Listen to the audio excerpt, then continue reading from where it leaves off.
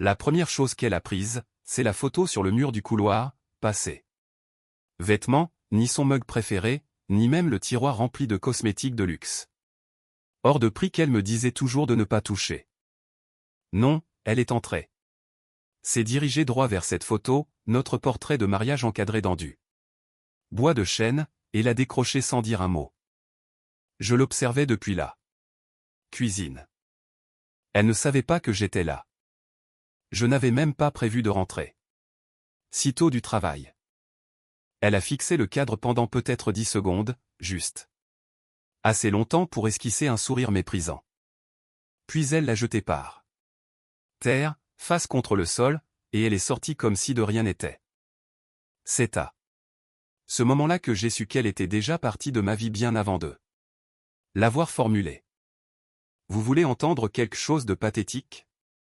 J'ai ramassé le cadre, j'ai essuyé la poussière et je l'ai raccroché.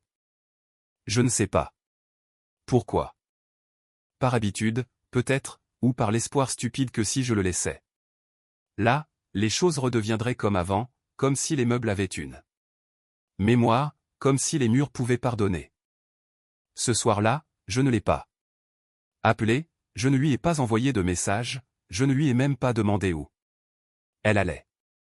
Je suis juste resté assis sur le canapé, dans le noir, à me refaire le film de chaque moment stupide des 3 derniers mois, les réunions de stratégie tardive au bureau, les douches de 3 heures quand elle rentrait de sa séance de pilates. La façon dont elle fredonnait en préparant sa tisane. Avant d'arrêter soudainement de le faire. Je voyais tout clairement maintenant. Et je me sentais comme l'homme le plus idiot de la Terre. Vous est-il déjà arrivé de vous convaincre que vous exagérez juste pour éviter de voir la vérité qui vous saute aux yeux? C'était mon cas pendant des mois. Mais quand elle est revenue le lendemain matin et qu'elle a trouvé le cadre raccroché, elle s'est figée. Pas à cause de la photo, non, elle s'en fichait, mais à cause du silence. Pas de message de colère, pas de supplication, pas de confrontation. Je ne l'ai même pas regardé. Ce silence l'a effrayée plus que n'importe quelle dispute ne l'aurait fait. Elle n'était pas prête pour cette version de moi qui avait enfin lâché prise. Et ce qu'elle a fait ensuite pour reprendre le contrôle, c'est là que tout a dérapé. Je ne suis pas allé travailler le lendemain. Je n'ai été nulle part. Je suis resté dans cet appartement, au milieu du désordre qu'elle avait laissé, son verre de smoothie à moitié vide sur la table de chevet, la paire de bottines qu'elle disait toujours vouloir rendre au magasin. Et cette bougie parfumée hors de prix qui brûlait sur le rebord de la fenêtre comme si rien n'avait changé. Et peut-être que rien n'avait changé. Peut-être que j'ouvrais enfin les yeux sur ce qui était vrai depuis des mois. Elle m'avait quitté bien avant de prononcer les mots. Je n'en ai parlé à personne. Ni à mon frère, ni à mes collègues de bureau, ni même à mon meilleur ami qui avait discrètement suggéré que quelque chose n'allait pas entre nous. Lors de notre dernier dîner au bistrot. Je me suis juste évaporé dans le silence. J'ai éteint mon téléphone, débranché la box Wi-Fi, et j'ai laissé le monde m'oublier un instant. C'était apaisant d'une manière presque maladive. Et puis ça a commencé. Elle a envoyé un message en premier, juste un mot. Vraiment? J'ai ignoré. 2 heures plus tard, tu es immature. Ignoré. Ce soir-là, tu as raccroché la photo. C'est tordu, Mathieu. Toujours rien. Elle ne comprenait pas. Pendant des années, elle avait eu l'ascendant émotionnel. Clémence était un mélange de feu, de charme et de chaos, enveloppé de parfum et de sarcasme. C'est toujours moi qui m'excusais, même quand je ne comprenais pas ce que j'avais fait de mal. C'est moi qui cuisinais pour apaiser une dispute, moi qui passais à son bureau avec des fleurs parce qu'elle avait été glaciale la veille, moi qui retenais mon souffle pendant nos discussions. De peur qu'un mot de travers ne déclenche une explosion. Mais maintenant, je ne disais rien, et ce vide résonnait plus fort que toutes nos anciennes querelles. Je sentais sa panique grandir à travers les notifications numériques qu'elle Continuez de m'envoyer. Au 3e jour, les messages sont devenus plus longs. Et alors? Tu disparais comme ça? Après tout ce qu'on a vécu? C'est tout? Tu ne vas même pas m'expliquer pourquoi tu te comportes comme un gosse? Tu savais que ça allait arriver. Cette dernière partie, tu savais que ça allait arriver, a failli m'anéantir. Parce que oui, je savais. Je savais quand. Elle a commencé à se mettre sur son 31 pour aller prendre un café avec des collègues. Je savais quand elle rentrait et se douchait avant même de me dire bonjour. Je savais quand elle a commencé à dormir avec son téléphone sous son oreiller, mais savoir que quelque chose ne va pas n'empêche pas la douleur. Quand le couteau s'enfonce enfin. Pourtant, je suis resté silencieux. J'ai traversé cette semaine-là comme un fantôme. J'ai vendu mon PC de gamer, j'ai préparé un sac de voyage et j'ai loué un petit gîte isolé dans le Morvan où personne ne pourrait me trouver. J'avais besoin d'espace pour réfléchir, pour respirer, pour arrêter d'être ce gars qui attend toujours la permission de souffrir. Le jour de mon départ, j'ai glissé une dernière chose dans le cadre vide sur le mur, une photo imprimée d'elle en train de rire, insouciante, au tout début de notre relation. J'ai écrit un seul mot dessus au marqueur. Adieu. Je n'ai pas laissé de lettre. Je n'ai pas claqué la porte. Je me suis juste volatilisé. Et le truc avec le silence, c'est que plus il s'étire, plus il devient lourd. Et Clémence allait s'y étouffer, car celle qui réclamait toujours l'espace, allait découvrir ce qu'était la véritable distance. Je ne pensais pas qu'elle viendrait me chercher si vite. Je pensais que Clémence profiterait de sa liberté, au moins un temps. J'imaginais qu'elle prendrait ses S dans l'appartement vide, qu'elle organiserait des soirées, ou qu'elle l'inviterait, lui. Le type sur qui je n'osais pas l'interroger. Celui dont elle jurait qu'il n'était qu'un mentor, même si elle changeait de sujet dès que je prononçais son nom. Je pensais qu'elle se jetterait dans cette nouvelle vie de célibataire pour laquelle elle semblait si prête. Mais je me trompais. J'étais dans mon gîte depuis à peine 4 jours. Pas de réseaux sociaux, pas de mais. Rien. Juste une petite cabane louée sur un site un peu louche, une livraison de courses une fois par semaine, et le silence. Le vrai silence. Pas celui qu'on subit quand quelqu'un vous en veut, mais celui qu'on trouve quand personne ne sait où vous êtes. C'était terrifiant et libérateur à la fois. Puis, un soir, vers minuit, j'ai vu des phares monter lentement le chemin de terre. Je me suis figé. Personne n'était censé savoir que j'étais là. Je n'avais rien dit à personne. Mais quand la voiture s'est garée et que j'ai entendu la portière claquer, j'ai su. Clémence. Je suis resté à l'intérieur, observant par la fenêtre. Elle a frappé une fois, puis une autre, puis elle a commencé à crier. Mathieu, ouvre cette foutue porte. Je n'ai pas bougé. Tu n'as pas le droit de me faire ça. J'ai dit que c'était fini entre nous, pas que tu pouvais disparaître. J'aurais dû me sentir fier, ou vengé, mais je me sentais juste épuisé, comme si mes os étaient faits de béton mouillé. Je me suis appuyé contre le comptoir de la cuisine, le cœur calme, sans faire un bruit.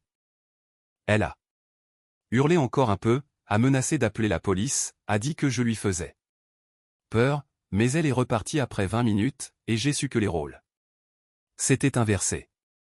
Le gars qu'elle pensait voir s'effondrer s'était évaporé dans le calme, et ce silence n'était pas de la faiblesse. C'était du pouvoir. Le lendemain, elle m'a laissé un message vocal. Sa voix tremblait. J'ai dû l'écouter 20 fois, Mathieu, s'il te plaît. Je ne sais pas ce que tu fais, ni où tu es, mais ça ne te ressemble pas. On a eu une vie ensemble, d'accord? Même si ce n'était pas parfait. Peux-tu juste dire quelque chose? N'importe quoi. J'ai failli répondre. Mon pouce a hésité au-dessus du bouton d'appel. Mais je me suis souvenu de son regard quand elle m'avait dit « c'est fini ». Comme si j'étais un vieux meuble dont elle n'avait plus besoin. Comme si elle m'avait déjà emballé dans sa tête pour me mettre aux encombrants. Ce souvenir m'a maintenu dans le silence. Durant la semaine suivante, les messages ont continué. Certains en colère, d'autres désespérés. L'un d'eux laissait entendre qu'elle pleurait, mais je n'y croyais pas. Je l'avais déjà vu simuler des larmes par le passé, une fois, elle s'était même vantée de la facilité avec laquelle elle évitait les amendes de stationnement grâce à ça. Elle a commencé à contacter mes proches. Mon cousin Benoît m'a envoyé un SMS pour me demander si j'allais bien. Il disait que Clémence l'avait appelé en pleurs, disant qu'elle n'arrivait pas à me joindre et qu'elle était morte d'inquiétude. Je lui ai dit que tout allait bien, mais je lui ai demandé de ne pas dire où je me trouvais. Il a accepté, mais je sentais qu'il pensait que je perdais la tête. Peut-être que c'était le cas, mais je devais voir jusqu'où elle irait parce que pour la première fois depuis des années, elle n'avait plus mon attention, et ça la rendait absolument dingue. Je pensais être préparé aux retombées, mais rien ne m'avait préparé à ce qu'elle a fait ensuite. Après environ 2 semaines de silence, j'ai reçu un email d'une adresse que je ne connaissais pas. L'objet disait simplement « Tu devrais savoir ». J'ai failli le supprimer, mais quelque chose m'a poussé à l'ouvrir. Il n'y avait pas de texte dans le corps du mail, juste 3 pièces jointes. 3 captures d'écran. La première était une conversation par SMS entre Clémence et un homme nommé Damien. Je n'avais jamais entendu ce nom, mais en lisant les messages, j'ai eu un haut le cœur. Les textes étaient récents, ils dataient d'il y a seulement quelques jours. Le ton était décontracté, flirtant, comme s'ils venaient de passer un moment ensemble. Ils prévoyaient leur prochaine rencontre. La deuxième capture d'écran était pire. C'était une photo de deux. Pas une photo de soirée ou de groupe. C'était privé, intime. Elle était sur ses genoux, lui tenant le visage comme elle tenait le mien autrefois. Et la date indiquait le mois dernier, avant même qu'elle ne me dise que c'était fini. Avant que je ne parte. La troisième capture d'écran était une discussion de groupe avec 2 de ses amis, des noms que je connaissais, Élodie et Marine. Et au milieu de tout ça, Clémence se vantait. Pas d'excuses, pas de regrets, de la vantardise pure, il est trop mou pour partir. Je pourrais le tromper devant ses yeux qu'il me demanderait encore si j'ai besoin de quelque chose. Honnêtement, j'en ai marre de le porter à bout de bras. Il est gentil, mais la gentillesse, c'est ennuyeux. Damien me fait vibrer. Mathieu, lui, me fait juste à dîner. Mes mains tremblaient tellement que j'ai fait tomber mon téléphone. Il ne s'agissait pas seulement d'infidélité. Il ne s'agissait pas seulement de rupture. C'était une trahison avec le sourire, un manque de respect total avec preuve à l'appui. Elle savait exactement qui j'étais et elle l'utilisait contre moi. J'ai eu envie de hurler. J'ai eu envie de frapper dans un mur. J'ai eu envie de foncer à l'appartement, de la confronter, de l'obliger à me regarder, à m'entendre, à souffrir autant que moi. Mais je ne l'ai pas fait. Au lieu de ça, je suis resté là, au milieu de ce gîte vide, et j'ai enfin compris la profondeur du silence que j'avais créé. Ce n'était plus un silence passif. Ce n'était plus une fuite. C'était la guerre. Alors, je m'y suis plongé. Je n'ai pas répondu aux mails. J'ai enregistré les captures d'écran. J'ai déposé une demande de changement d'adresse. J'ai transféré mes comptes restants sous une gestion protégée. J'ai pris un avocat. Pas pour l'attaquer, pas encore, mais pour commencer à tracer les lignes qu'elle essaierait sûrement de franchir. Et effectivement, 2 jours plus tard, j'ai reçu une alerte sur mon ancienne mutuelle. Clémence avait essayé d'accéder à mon dossier. Le message disait que la demande avait été bloquée car elle ne pouvait pas vérifier son statut marital actuel. Statut marital. Nous étions toujours légalement mariés, seulement parce que je n'avais pas encore pris le temps d'y mettre fin. Elle n'avait aucune idée à quel point j'en étais proche. Et le meilleur dans tout ça? Je ne lui avais pas dit un seul mot. Pas de dispute. Pas de rage. Pas d'explication. Juste le silence profond et paralysant. De quelqu'un qui a enfin arrêté d'être le dindon de la farce. Elle voulait la liberté? Maintenant, elle l'avait. Mais ce que Clémence allait apprendre à ses dépens, c'est que la liberté sans contrôle peut ressembler à une noyade. Et plus elle se débattait, plus je devenais silencieux. C'était presque surréaliste de la voir se décomposer à distance. 3 semaines auparavant, c'était moi qui faisais les 100 pas, doutant de ma valeur, doutant de chaque respiration, parce que la femme que j'aimais me faisait sentir comme un fardeau qu'elle devait traîner. Maintenant, c'était elle qui partait en vrille, bruyamment. Publiquement. Je n'avais répondu à aucun message, aucun appel, aucune de ces notes vocales qu'elle envoyait à 2 ou 3 heures du matin, où elle passait des larmes aux cris, m'accusant de l'avoir abandonnée. Elle ignorait que j'avais vu les captures d'écran. Elle ignorait que je savais tout. Et le plus beau? Elle commençait à s'en douter. J'en ai eu la confirmation quand Marine, la même amie du groupe de discussion qui riait de mon côté ennuyeux, m'a contacté. Son message était court mais révélateur. Salut, je pense qu'on doit parler. Quelque chose a fuité, et je crois que Clémence perd les pédales. Je n'ai pas répondu. En l'espace de 48 heures, Clémence a supprimé ses réseaux sociaux. Tout a disparu. L'Instagram avec nos photos de vacances, envolées. Le compte Twitter où elle retweetait des trucs artistiques et des citations vagues. Sur le renouveau, mort subite. Et puis Benoît, mon cousin, m'a transféré un post qu'il avait trouvé sur un forum Reddit français, posté par un compte anonyme. C'était une femme qui se plaignait que son mari avait disparu sans prévenir. Après qu'elle ait rompu, et qu'elle n'était pas sûre s'il avait découvert son erreur. Elle ne me nommait pas, mais les détails étaient trop précis pour que ce soit quelqu'un d'autre. Le ton n'était pas à la culpabilité, mais à la panique. Parce que Clémence n'avait pas l'habitude d'être ignorée. Elle avait l'habitude des règlements de comptes émotionnels. Elle s'attendait au désordre. Pas au vide. Quand elle avait rompu, elle voulait être la victime. Elle voulait que ses amis se rallient à elle, disent que j'étais trop collant, que je n'avais pas son énergie, qu'elle méritait quelqu'un de plus excitant. Mais tout ce qu'elle a obtenu, c'est rien. Pas de drame. Pas de défense. Aucune version des faits contre laquelle argumenter. Juste un trou noir. Et quand on a construit son identité sur le contrôle, le vide est terrifiant. Le coup de grâce est arrivé quand elle s'est présentée chez mon cousin sans prévenir. Benoît m'a appelé, chuchotant comme s'il se cachait chez lui. Mec, elle est devant ma porte là. Elle dit qu'elle sait que tu loges ici. Ce n'était pas le cas. Mais le fait qu'elle essaie de deviner signifiait qu'elle perd des pieds. Elle tape comme une sourde sur la porte, a-t-il murmuré. Qu'est-ce que tu veux que je fasse? Je lui ai dit de ne rien faire.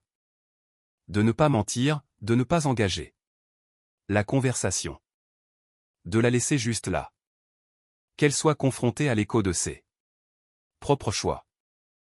Il m'a raconté qu'elle était restée dehors 10 minutes, alternant entre frapper à la porte et faire les 100 pas, ne sachant pas si elle devait pleurer ou casser quelque chose. Puis, elle est remontée dans sa voiture et elle est partie. Le lendemain matin, j'ai enfin rompu le silence, mais pas avec elle. J'ai envoyé une lettre, à l'ancienne, sans adresse de retour, contenant juste une photo du cadre de mariage qu'elle avait arraché du mur, remplacé par une Impression de la discussion de groupe qu'elle pensait que je ne verrais jamais. Un petit post-it était collé dessus, tu as mis fin aux choses. J'ai juste écouté. Je n'ai jamais vu sa réaction, mais je n'en avais pas besoin Caro. Moment où elle a ouvert cette enveloppe, j'ai su que le silence avait enfin parlé, et qu'il frappait plus fort que n'importe quelle parole. Environ 5 jours après l'envoi de la lettre, le ton a changé radicalement. Plus de rage. Plus de culpabilisation. Au lieu de ça, elle a commencé à réécrire l'histoire. Comme si à force de le répéter, je finirais par y croire, et je ne voulais pas dire fini, a-t-elle écrit. Je voulais dire que j'avais besoin d'air. Tu as totalement surréagi. J'ai lu ça dans un café d'une nouvelle ville, en sirotant un expresso que personne d'autre n'avait goûté avec moi. Il n'y avait plus de douleur cette fois. Juste de l'incrédulité. Je la voyais se rapetisser à travers ces textes, transformant une trahison pure et simple en un simple moment de confusion. Puis est venu le suivant, je sais que tu souffres. Moi aussi, mais me faire le coup du silence radio comme ça, ce n'est pas juste. Juste? J'ai presque ri. Ce qui était juste, c'était que je l'avais cru quand elle disait que ses déplacements professionnels étaient réels. Ce qui était juste, c'était que je ramenais le dîner à une femme qui avait déjà décroché émotionnellement bien avant de partir physiquement. Mais elle n'avait pas fini. Ce soir-là, elle a laissé un message vocal que j'ai écouté une seule fois. C'était presque une performance théâtrale. Un piano. Doux en fond sonore, sa voix fragile, tremblante au bon moment. Elle disait des choses comme « on avait quelque chose de rare » et « tu comptais plus pour moi que tu ne le penses ». Elle a même cité une partie de nos vœux de mariage. Comme si cela pouvait tout annuler. Le désespoir n'était pas dans ce qu'elle disait, mais dans la façon dont elle choisissait ses mots, comme si elle essayait de lancer un sortilège. Et peut-être que ça aurait fonctionné 6 mois plus tôt. Mais maintenant? Maintenant, j'étais assis dans un appartement sans aucun souvenir d'elle. J'avais une nouvelle routine, de nouveaux voisins, et même un petit boulot à mi-temps que j'avais pris juste pour garder les pieds sur terre. Chaque matin, je me réveillais dans le calme. Pas le genre de silence qu'elle craignait, mais celui que j'avais choisi. Pendant ce temps, Clémence s'effondrait. Je le savais parce que Benoît m'a dit qu'elle était retournée chez lui. Cette fois, elle n'était pas en colère. Elle suppliait.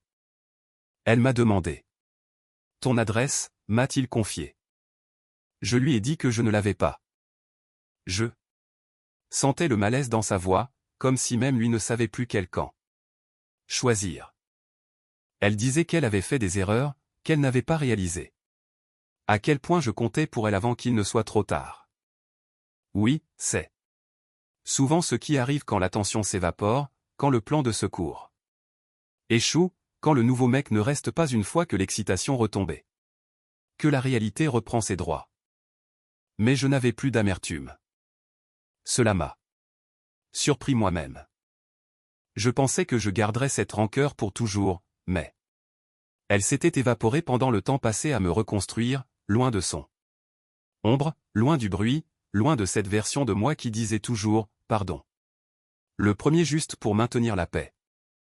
La vérité, c'est que je ne voulais pas de vengeance. Je n'avais pas besoin de lui hurler dessus. Je n'avais rien à prouver. Elle avait déjà perdu quelque chose qu'elle ne pourrait jamais récupérer. Pas le mariage, pas le confort, même pas moi. Elle avait perdu la version d'elle-même qui était le centre du monde de quelqu'un. Et cette absence la hantait plus que tout ce que j'aurais pu dire. J'aurais dû me douter qu'elle finirait par me trouver. Clémence a toujours détesté ne pas avoir le contrôle. Et le silence, ce silence pur et étouffant, était une langue qu'elle ne savait pas parler. Alors, quand j'ai ouvert ma porte ce jeudi matin pluvieux et que je l'ai vue là, trempée, serrant un parapluie fragile et son sac à main en cuir. Qu'elle portait d'habitude pour les vernissages, je n'ai même pas été surpris. Elle n'a pas parlé tout de suite, elle m'a juste regardé comme si elle cherchait.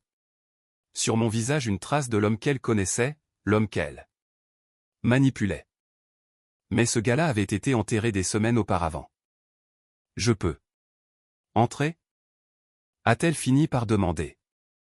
Je suis resté immobile. J'aurais pu dire non. J'aurais dû dire non. Mais une part de moi, peut-être la dernière petite étincelle de pitié, voulait entendre quelle version de la vérité elle avait apporté cette fois.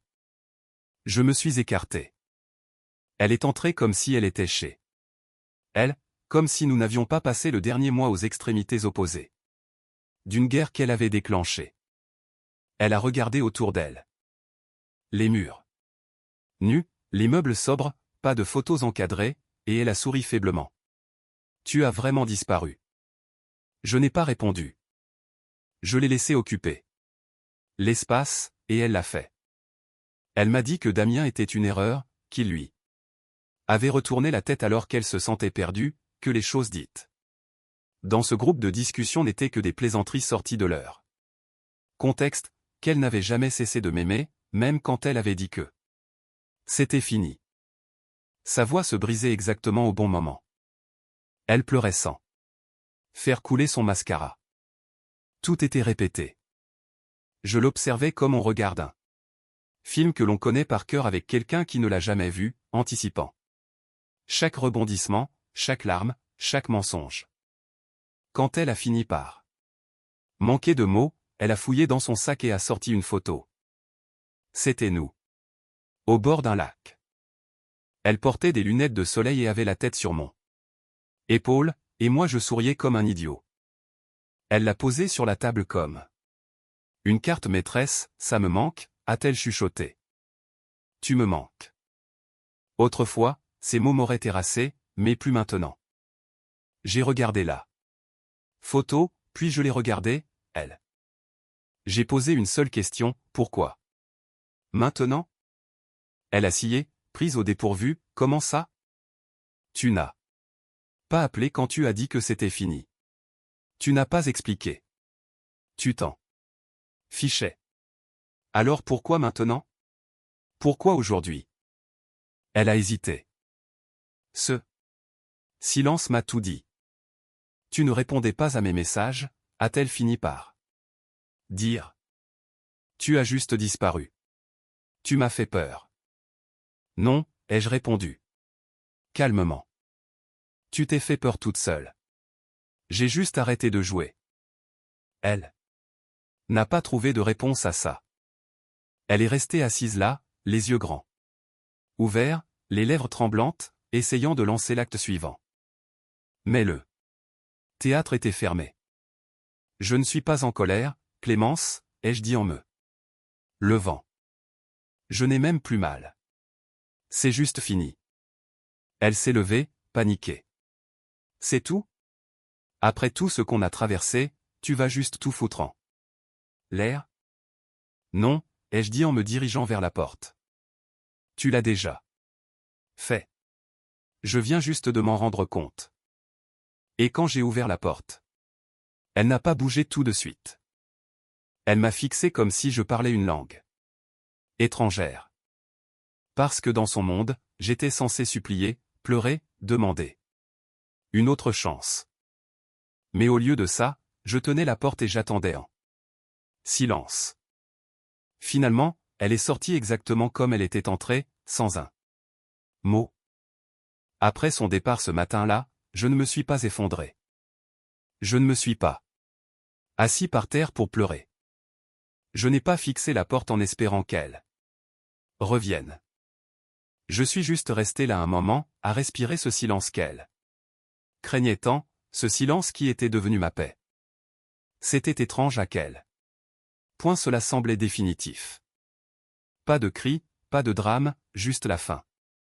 Comme un chapitre qui se termine non pas par un hurlement, mais par le simple bruit d'une page que l'on tourne. J'ai passé le reste de la journée à effacer les dernières traces d'elle. Il n'y en avait pas beaucoup. Elle n'avait pas fait partie d'eux. Cette nouvelle vie assez longtemps pour y laisser son empreinte. La photo avec laquelle elle avait essayé de me culpabiliser, je l'ai glissée à la poubelle. Sans un second regard. Cet homme sur la photo n'était plus moi. C'était quelqu'un qui mendiait de l'attention, quelqu'un qui se contentait de miettes d'affection, quelqu'un qui confondait le silence avec l'amour et le mépris avec la passion. Mais j'avais changé. Lentement, puis d'un seul coup. Dans les mois qui ont suivi, j'ai continué à construire. Pas pour me venger, pas pour lui prouver quoi que ce soit, mais parce que j'avais enfin réalisé que je méritais d'être sauvé. J'ai repris le travail à plein temps, j'ai ressorti mes outils d'ébénisterie, je me suis même fait de nouveaux amis au café du coin qui ne savaient rien de mon passé. C'était libérateur de parler sans avoir à expliquer le fardeau que je portais autrefois comme une seconde peau. Et puis, de façon inattendue, j'ai rencontré quelqu'un. Elle s'appelle Léa. On s'est rencontrés dans une brocante un dimanche matin. Elle m'a demandé si je vendais ou si je regardais simplement. Je lui ai dit que je n'étais pas encore sûr. Elle a rié. A dit, c'est comme ça que les meilleures histoires commencent. Et elle avait peut-être raison. Léa n'est pas bruyante. Elle ne remplit pas les pièces d'une énergie chaotique, elle les remplit de chaleur, de présence, de vraie conversation. Elle écoute. Elle remarque les détails. Quand elle me regarde, je ne me sens pas comme un personnage secondaire. Je me sens moi-même. Je lui ai tout raconté. Pas d'un coup, mais petit à petit. Elle n'a pas bronché. Elle n'a pas jugé. Elle a juste dit, tu as dû être vraiment fort pour survivre à ça. Et vraiment courageux pour partir. Et pour la première fois, je l'ai cru. Parfois, j'entends encore parler de Clémence par des connaissances communes ou d'anciens voisins. J'entends dire qu'elle fréquente à nouveau quelqu'un, qu'elle est revenue sur les réseaux sociaux, mettant en scène soigneusement sa nouvelle vie. Je ne lui souhaite aucun mal. Je ne ressens même plus ce que je ressentais avant. Parce que je n'ai pas gagné en tournant la page. J'ai gagné en choisissant enfin de m'aimer moi-même. Au final, elle a dit que c'était fini. Alors je suis parti en silence. Et il s'avère que ce silence a été le début de tout ce que je ne savais pas que je méritais.